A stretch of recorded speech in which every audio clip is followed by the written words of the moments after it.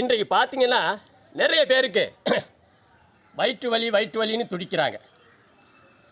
ஆணாக இருந்தாலும் சரி, பெண்ணாக இருந்தாலும் சரி, நீண்ட காலம் வயிற்று வலி என்று இருந்தால் அவர்கள் மிக மிக முக்கியமாக அதை கவனிக்க வேண்டும் என்ற. ஏனென்றால் ஒரு 20 ஆண்டுகளுக்கு முன்பே எனது மைத்துனர், எனது தங்கையின் கணவருக்கு வயிற்று வலி என்று அடிக்கடி மாத்திரை வாங்கி சாப்பிட்டு கொண்டே இருந்தார். ஆனால் வயிற்று வலி தீரவில்லை. மெடிக்கலில் போய் மாத்திரை வாங்குவார், சாப்பிடுவார். அந்த நேரத்துக்கு வலியை நிறுத்திக்குவார். திடீரென்று ஒரு நாள் அவருக்கு இக்கட்டான ஒரு சூழல் ஏற்பட்டு போச்சு. சாவாரா பழைப்பாரா அப்படிங்கிற நிலைமை ஏற்பட்டு ஆஸ்பத்திரியில் கொண்டு போய் போட்டால் அவருக்கு அறுவை சிகிச்சை செய்து 5 கிலோ கட்டியை வெளியே எடுத்திருக்கிறார்கள்.